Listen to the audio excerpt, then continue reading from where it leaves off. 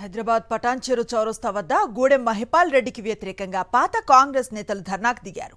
Party మారి వచ్చిన మహిపాల్ రెడ్డి తన అనుచరులతో దాడులు చేస్తున్నారని ఆరోపిస్తున్నారు. నియోజకవర్గంలో బొల్లారంలో పాత కాంగ్రెస్ నాయకులను బూతులు తిట్టిన గూడెం మహిపాల్ రెడ్డిని పార్టీ నుంచి బహిష్కరించాలని డిమాండ్ చేస్తున్నారు. సేవ్ కాంగ్రెస్, సేవ్ పటాన్చెరు నినాదంతో నేతలు నిరసన వ్యక్తం చేశారు. పాత కొత్త నేతల పంచాయతీ సర్దుబాటు చేయాలని డిమాండ్ చేశారు.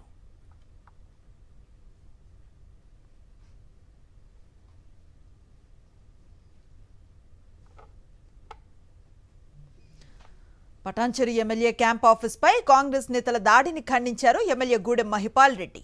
దాడి వెనుక సూత్రధారి కాటా శ్రీనివాస్ గౌడ్ ఓ దుర్మార్గుడు అన్నారు. కొందరు చీప్ మెంటాలిటీతో వ్యవహరిస్తున్నారని, తన ఇంట్లో కేసీఆర్ ఫోటో ఉంటే వారికే నష్టమని ప్రశ్నించారు మహిపాల్ రెడ్డి. ఈరోజు ధర్నా చేసిన కాంగ్రెస్ కార్యకర్తలు, కాటా శ్రీనివాస్ గౌడ్ గారి వర్గము, ఇది చాలా దుర్మార్గము.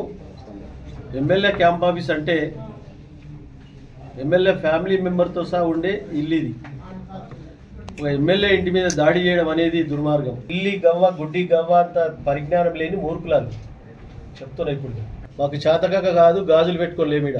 కేసీఆర్ ఫోటో ఉంటుంది, ఎందుకుంటే తప్పేంటిది ఉంటే తప్పేంటిది.